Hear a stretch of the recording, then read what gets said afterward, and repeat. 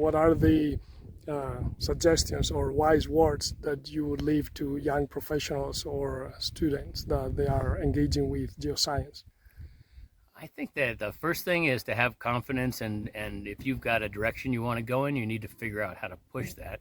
When I got to the Bureau, I was told that we didn't do field work at the Bureau, and so if I wanted to come, maybe that's okay, but we just don't do field work here. That was told to me in my final interview, and I guess that wasn't the way I looked at it. And so at the end of the day, we've been doing the most impactful field work in the Guadalupes, a lot of work in the Sacramentos, a lot of work, field work in the South Texas Cretaceous, working with students in the Bahamas and Saudi Arabia, different places. So I think that's just a clear message that if you've got an idea and you know how to make it work, it's probably going to work out. You know, we got criticized for the Permian Reef Trail guidebook, that it was going to be a walk in the park, nobody cared.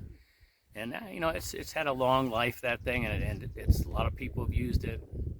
Just the indication that, you know, if you've got ideas and you think they're good ones, just push it. Might be a little bit uphill, but it's worth it.